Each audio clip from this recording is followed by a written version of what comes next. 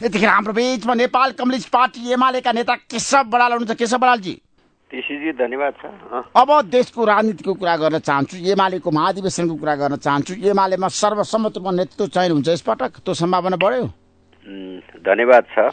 नेपालको प्रमुख राजनीतिक दल नेकपा एमालेको वडा अधिवेशन 6743 वडामै सम्पन्न भएको छ र करिब चाहिँ स्थानीय पालिका र त्यहाँ जोड्दाखेरि झन्डै 3 लाख नेतृत्व निर्वाचित भइसकेका छ र अधिकांश ठाउँमा सर्वसम्मत भएको छ। अब हाम्रो मुख्य फोकस भनेको मङ्सिर 10 देखि 12 गतेसम्म हुने चितवनमा हुने राष्ट्रिय महाधिवेशनमा केन्द्रित छ र 27 गते देशभरिबाट महाधिवेशन प्रतिनिधिको चाहिँ छनौट प्रक्रिया अगाडि बढ्छ र वास्तवमा यसले सिङ्गै राष्ट्रिय राजनीतिमा तरङ्गित हुने गरी टोल टोलमा गाउँ गाउँमा सबैतिरबाट चाहिँ यो माहौल बनेको छ र यो महाधिवेशन एउटा ऐतिहासिक महाधिवेशनको रूपमा यसलाई स्थापित हुने हामीले देखेका छौँ। होइन, ऐतिहासिक महाधिवेशन त एमालेको जहिले पनि भइरहेको छ, तपाईँले हेर्नु भएको छ। विगतमा पनि तपाईँले धेरै महाधिवेशन गर्नुभएको छ, तर यसपटक तपाईँले नेतृत्व चयनमा सर्वसम्मत गर्नुहुन्छ कि निर्वाचन हुन दिनुहुन्छ? क्या मेरो प्रश्न त्यहाँनिर हो केशव बरालजी। होइन, ठिक छ। होइन, अब यो के हुन्छ भने अब अहिले सिङ्गै देशको स्वदेश र प्रवासमा रहेका नेकपा एमालेका नेता कार्यकर्ता समर्थक शुभेच्छुक जनताको चाहिँ अब अहिले भर्सक चाहिँ सर्वसम्मत नेतृत्व चयन भइदिए हुन्थ्यो भन्ने चाहना छ। तर हाम्रो पार्टीको विधि विधान लोकतान्त्रिक ढङ्गले अगाडि बढ्ने हुनाले कोही प्रतिस्पर्धामा उत्रदाखेरि उत्रन पाइँदैन भन्ने छैन, उत्रन पाइन्छ। तर चाहिँ के चाहिँ हो भनेदेखि चाहिँ हाम्रा वर्तमान 8औं महाधिवेशनले चाहिँ एउटा के नीति पास गर्यो भनेपछि चाहिँ 2 कार्यकाल प्रमुख पदमा 2 कार्यकाल मात्रै रहने भन्ने व्यवस्था छ। केपी कमलको एउटा कार्यकाल सम्पन्न भएको छ, दोस्रो कार्यकालको यो महाधिवेशन हो। अब यसमा केपी ओलीलाई अध्यक्ष र उहाँकै अब टिमलाई अगाडि बढाउनुपर्छ भन्ने करिब चाहिँ 95% देशभरिका नेता कार्यकर्ताको भावना छ र तर के छ भने कुनै अब योग्यता पुगेका मान्छेले प्रतिस्पर्धा गर्छु भनेर उम्मेदवार दिनुभयो भने त्यसको निम्ति निर्वाचनको तयारी पनि छ र 100 भन्दा बढी भोटिङ मेसिन तालिम सहितको व्यवस्था भइसकेका छ। त्यस्तो भयो भने त्यसलाई नेकपा एमाले एउटा लोकतान्त्रिक पार्टी भएको हुनाले यसलाई कुनै अन्यथा ढङ्गले लिँदैन।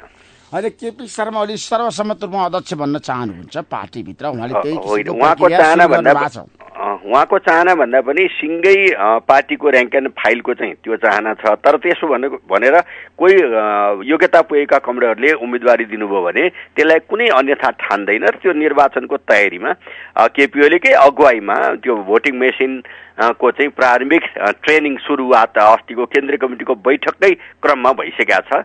त्यसको तात्पर्य के छ भने कुनै पनि अब पार्टीका योग्यता पुगेका कमरेडहरू उम्मेदवार बन्न सक्नुहुन्छ, त्यतिखेर भोटिङ हुन सक्छ भन्ने कुरो पार्टी सिङ्गै केन्द्रीय कमिटीले अनुमान गरेका छ र अध्यक्षले नै त्यो भोटिङ मेसिनको बारेमा अवलोकन गरेर सबै तयारी गर्नुहोस्, किनभने त्यो एउटा भोट हाल्न समय लाग्ने हुनाले 100 वटा ठाउँमा भोट हाल्ने व्यवस्था गर्ने गरी चाहिँ त्यो साइन्टिस्ट ती व्यक्तित्वहरूलाई चाहिँ निर्देशन दिइसकेका छ। अब तपाईँले राम्रोसँग हेर्नु भएको छ, केपी शर्मा ओलीको चाहना छ भीम रावल घनश्याम भुषाल पनि अहिलेको अवस्थामा आफ्नो विरुद्ध नलागोस्, आफ्नो विरुद्ध उनीहरूले पनि उम्मेदवारी नदियोस् उहाँले भनिरहनु भएको छ। तर दुवैजना के भनिरहेछन् भन्दाखेरि अहिले केपी शर्मा ओलीलाई सर्वसम्मत रूपमा अध्यक्ष बनाउन सकिँदैन, हामीहरूले छलफल गरेर उम्मेदवारी दिएर निर्वाचनमा जानै पर्छ भन्ने निष्कर्ष उनीहरूले निकाले। ठिकै छ, उहाँहरूको त्यो चाहना छ भने पार्टीको अधिकारको कुरा हो। योग्यता पुगेको मैले अघि पनि भनिसकेँ, योग्यता पुगेका मान्छे कुनै पनि पदमा उम्मेदवारी दिन इच्छा राख्नुभयो भने तपाईँ इच्छा नराख्नुहोस् भनेर हामी दबाब दिन चाहँदैनौँ र चाहिँ जे निष्कर्ष आउँछ त्यसलाई चाहिँ अन्यथा ढङ्गले कसैले लिनु हुँदैन। जे परिणाम आउँछ त्यसलाई स्वीकार गर्ने गरी उम्मेदवारी दाखिला गर्ने अधिकार भएका व्यक्तिले अधिकार त्यो प्रयोग गर्नु बारेमा पार्टीको कुनै अन्यथा सोचाइ छैन, त्यसबारेमा केही चिन्ता मान्नै पर्दैन। होइन, फलामको चिउरा चपा जस्तो हुन सक्छ नि केपी शर्मा ओलीलाई अरू उम्मेदवार दिँदाखेरि त होइन, त्यो केही फलामको चिउरा भनेर चाहिँ तपाईँले डरलाग्दो दृश्य किन देखाउनुहुन्छ? केही पनि हुँदैन। अब फलामको चिउरा होइन, सामान्य अवस्थामै त्यसलाई हाम्रो पार्टीले 5औं महाधिवेशनबाट लोकतान्त्रिक विधि प्रक्रियाबाट श्रेष्ठता हासिल गर्ने र आम जनताबाट श्रेष्ठता हासिल गरेर राज्य सञ्चालन गर्ने, पार्टी पङ्क्ति र पार्टी सदस्यहरूको चाहिँ विश्वास प्राप्त गरेर पार्टीको नेतृत्व अगाडि बढाउने भन्ने कुरो जननेता मदन भण्डारीकै अब अगुवाईमा हामीले चाहिँ यो प्रोसेसलाई अगाडि बढाइसकेका छौँ। यो कुनै ठुलो होइन। तपाईँ 8औं महाधिवेशनमा जेएन खनाल र माधव नेपाल केपी कमरा निर्वाचनमा जानुभएको थियो होइन। त्यतिखेर जेएन जित्नुभयो। अब 9औं महाधिवेशनमा केपी ओली र माधव नेपाल चुनाव लड्नुभयो, केपी ओली जित्नुभयो। यो कुनै नयाँ नौलो एमाले भित्रको निम्ति कुनै एउटा चाहिँ एकदम आतव्य एकदम विशेष खालको लौन के हुन आँट्यो भन्ने ढङ्गले जुन चर्चा परिचर्चा तपाईँहरूले पनि नगर्दा हुन्छ, त्यो केही सामान्य हो। त्यो विगतमा पनि भइराख्या हो र आउँदा दिनमा पनि भइराख्ने कुरा हो। तर एउटा स्थिति चाहिँ के छ भने वर्तमान पार्टी पङ्क्तिको माहौल म चाहिँ दुर्गम सुगम सबैतिर चाहिँ गइराख्या हुनाले र त्यसको माहौल भनेको मोर देन 95% को चाहिँ यो विधि विधानले पनि एउटा कार्यकाल मात्रै पुरा भएको हुनाले अहिले अध्यक्ष केपी ओलीलाई बनाउनु पर्छ भन्ने कुरामा चाहिँ आम पार्टीको र्याङ्क एन्ड फाइल र आम समर्थक शुभेच्छुक जनतामा पनि त्यो भावना छ। र त्यसमध्ये पनि यङ जेनेरेसन युवा जेनेरेसन चाहिँ भनेको राष्ट्रिय स्वाधीनता, राष्ट्रिय एकता, राष्ट्रिय अखण्डता, सार्वभौमिकता, लोकतन्त्र, समृद्ध नेपाल, सुखी नेपाली निर्माण गर्ने अभियानको अगुवाई यो कार्यकाल केपीले गर्नुपर्छ भन्ने माग छ उहाँहरूको। होइन, केपी शर्मा ओलीले अध्यक्ष बन्ने कुरा त पहिल्यै घोषणा गर्नुभएको थियो। यसपटक उहाँ बन्नुहुन्छ 10औं महाधिवेशनबाट एमालेको अध्यक्ष केपी शर्मा ओली नै बन्ने हो क्या। तर एमाले फुटिसकेपछि एमालेमा सर्वसम्मत रूपमा नेतृत्व चयन हुँदाखेरि राम्रो हुन्थ्यो भन्नेहरू पनि छन् नि, कार्यकर्ताहरूको चाहना भावना छ नि। तपाईँले भने चाहिँ लोकतन्त्रमा के हुन्छ भने सकेसम्म सर्वसम्मतको कोसिस हुन्छ, सर्वसम्मत नभएको अवस्थामा निर्वाचन हुन्छ र यसबारेमा त त्यो सामान्य कुरा, यसलाई कुनै विशेष ढङ्गले लिन जरुरी छैन र सर्वसम्मत भइदिए हुन्थ्यो भन्ने चाहना त सजिलो हुन्छ नि त। त्यो सजिलोको हिसाबले पनि त्यो छ। तर चाहिँ विगतमा पनि हामीले त्यो चाहना नराख्या होइन र चाहिँ तर निर्वाचनै भयो र अहिले पनि अब चाहिँ मलाई के अनुमान लाग्छ भने अब बाहिर जे मिडियामा आएको छ, मैले आसाममा भीमरावलजीले बोल्नुभएको त्यो मैले सुने। त्यो सुन्दाखेरि उहाँले चाहिँ उम्मेदवार दिन्छु भने होइन, कार्यकर्ताको भावना उम्मेदवार बनोस् भन्ने चाहनालाई मैले ध्यान दिन्छु भन्नुभएको हो। त्यसले गर्दा उहाँ उठ्नु नै हुन्छ भन्ने छैन। उठ्नुभयो भने पनि त्यो कुनै आश्चर्यको विषय एकदम लौन किन यसरी उठ्या होला भन्ने हाम्रो मनमा पनि आउँदैन, मुखले त भन्ने कुरै भएन। त्यसो भए भीमरावल अध्यक्षमा उठ्दाखेरि केपी शर्मा ओलीलाई घाटा हुँदैन के पनि? अब त्यसले केही असरै गर्दैन, कुनै असर गर्दैन। तर उठ्न पाउने अधिकार भएको योग्यता पुगेका व्यक्तित्वहरूले उठ्नुभयो भने तपाईँ किन उठ्या भनेर हामी सोद्धा पनि सोध्दैनौँ। त्यसमा यसपटक कसैले समूहगत रूपमा उठ्न पाउँदैन, व्यक्तिगत रूपमा मात्र एमालेमा उम्मेदवारी दिएर जान सक्छ। त्यो त के छ भने पेनलगत जाँदाखेरिको स्थिति 9औं महाधिवेशनपछि महाधिवेशन सकिने बित्तिकैको बारेमा तपाईँलाई थाहा छ। अब माधवजीले अर्याल होटेललाई अखाडा बनाएर त्यहाँ एउटा धारणा बनाउने र अनि बैठकमा आउने र रडाको मचाउने काम सुरुदेखि नै गर्नुभएको हो। त्यो चाहिँ अब अन्तिममा यो परिणाममा उहाँ लाग्नुभयो। त्यसले गर्दाखेरि चाहिँ समूहगत ढङ्गले होइन र सिँगै देशभरिका सम्पूर्ण चाहिँ योग्यता पुगेका नेता कार्यकर्ताहरू अब उम्मेदवार बन्न सक्छन्। अब सर्वसम्मत भयो भने सो मच द बेटर। उम्मेदवार दिएपछि पनि ल स्थिति यो भएको हुनाले मैले फिर्ता लिएँ भन्ने पनि हुनसक्छ, कयौँ त्यसचोटि भएको छ विगतमा पनि। त्यसले गर्दाखेरि चाहिँ यसरी अगाडि बढ्छ। समग्रमा के छ भने विधान महाधिवेशनको एउटा माहौलले राष्ट्रव्यापी रूपमा चाहिँ जुन एउटा माहौल बन्या छ त्यसले चाहिँ पार्टीको प्रतिवेदन, अध्यक्षको प्रतिवेदन, अब महासचिवको संस्थान प्रस्ताव र चाहिँ अब संगठन विभाग प्रमुखको विधान जुन संशोधन प्रस्ताव छ त्यो सर्वसम्मतिले अत्यन्त हौसलायुक्त ढङ्गले पारित भएको छ। त्यसले गर्दाखेरि चाहिँ नीतिगत क्षेत्रमा यी कुरा भइसकेपछि अब नेतृत्वको बारेमा पनि धेरै ठुलो विवाद छैन भन्ने कुरा त्यसले देखाउँछ। तर नेतृत्व भन्ने बित्तिकै कोही इच्छा राखेर उम्मेदवार दिनुभयो भने त्यसलाई कुनै अन्यथा ढङ्गले हाम्रो पार्टीले लिँदैन। त्यसो भए माधव नेपालले डडेलधुरामा पुगेर के भन्नुभएको छ भन्दाखेरि एमाले अब समाप्त हुँदैछ, केपी शर्मा ओलीले एमाले कब्जा गर्दैछन्। केपी शर्मा ओलीको नेतृत्वमा एमाले अगाडि बढ्दाखेरि कार्यकर्ता सुरक्षित छैनन्। कार्यकर्ता अब समाजवादी पार्टीमा आउन थालेका छन् र एमालेको देशभरिका कार्यकर्ताहरूले एकीकृत समाजवादीमा अब आएर यहीँ राजनीति गरेर केपी शर्मा ओलीलाई पराजित गरेर जान सक्छन् भन्ने उहाँको तर्क छ। फेरि ठिकै छ, झिङ्गाको सरापले डिङ्गो मर्दैन भन्ने हाम्रो नेपालको उखान छ। उहाँले चाहिँ डडेलधुरामा गएर शेरबहादुरजीकै कन्स्टिट्युएन्सीमा गएर त्यस्तो कुरा भन्नुभएछ। मलाई चाहिँ दया लागेर आयो उहाँको त्यो अभिव्यक्तिप्रति।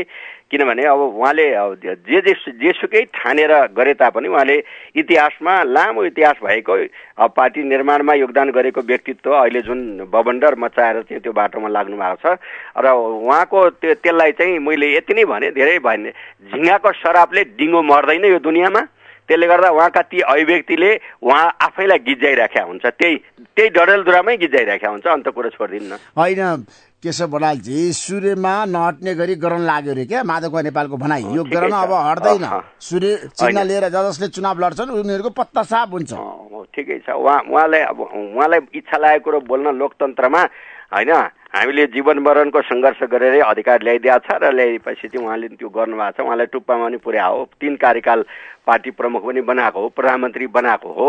त सबै बनाएको, सबै प्राप्त गरिसकेपछि अब चाहिँ लात हानेर जुन जानुभएको छ र यो एमाले विरुद्धको जुन धोखाधडी गर्नुभएको छ उहाँलाई नेपाली जनताले, इतिहासले निरन्तर चाहिँ त्यसलाई चाहिँ हिसाब किताब राख्नेछ र सराप्नेछ भन्ने कुरामा मैले भन्नु पर्दैन। 3 करोड नेपाली जनता त्यही पार्टीमा लागिराखेका मान्छे पनि नवमहाधिवेशनदेखि लागिहाल्यो, छोड्न सकिएन भनेर लागेका केही मान्छेहरू चाहिँ पनि दिगदार भइराखेका छन् त। धेरै ठाउँमा त्यसरी अब फिर्ता आइराख्नु भएको छ। म चाहिँ अब योभन्दा बेसी यो विषयमा चर्चा गर्न महत्त्व दिन जरुरतै ठान्दिनँ। त्यो केही छैन।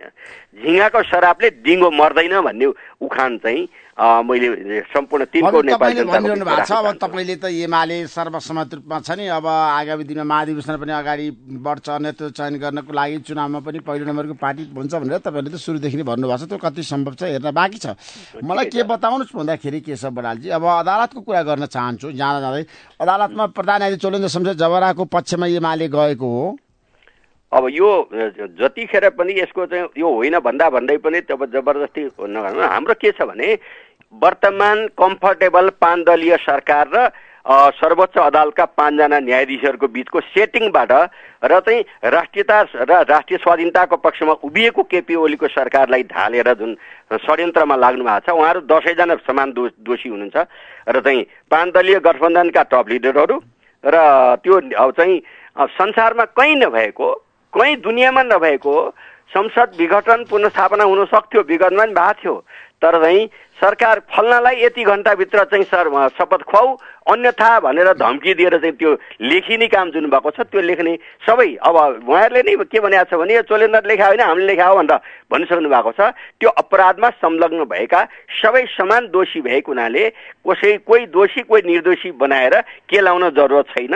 उहाँहरू 5 जनाले पनि हट्नु पर्छ, हट्ने हो भने होइन। र चाहिँ सरकारमा रहेका यी 5 दलीय गठबन्धनका नेताहरूले पनि लोकतन्त्रको विरुद्धमा, वर्तमान संविधानको स्पिरिटको विरुद्धमा र संसदीय परम्परा विपरीत जुन काम गर्नुभएको छ त्यसको चाहिँ त्यो अपराधको दण्ड जनताले दिन्छन् उहाँहरूलाई। त्यसबारेमा चाहिँ तपाईँ पनि ढुकाउनु भयो हुन्छ। त्यसो भए महाभियोग लगाउने हो भने 5 जना लगाउनु पर्छ, 1 जनालाई मात्र होइन। अब 165 हामीसँग छ भनेर बुरुबुरु उफ्रिरहनु भएको छ, लगाए भयो नि त। लगाइसकेपछि अनि के गर्ने कसो गर्ने त्यो बेलामा हामी सल्लाह गरौँला। तर हामी त अहिले महाधिवेशनको माहौलमा छौँ र चाहिँ सम्पूर्ण हाम्रो बुद्धि विवेक क्षमता र चाहिँ ऊर्जा सबै त्यसैको निम्ति लागिराखेको छ। त्यही कुरामा अगाडि बढ्छौँ। त्यसमा अहिले महाभियोगको प्रस्ताव ल्याएर प्रधान हटाउने अभियानमा अब ल्याउनु उहाँहरूले ल्याउनु पर्यो नि त जसले चाहिँ, किनभने त्यही फल्ना इजलासमा फल्ना न्यायाधीश हटाऊ फल्ना न्यायाधीश ल्याऊ भन्ने चाहिँ हाम्रा केही वकिल साथीहरू, अनि त्यसपछि त्यसको निम्ति योजना बनाउने 5 दलीय कम्फर्टेबल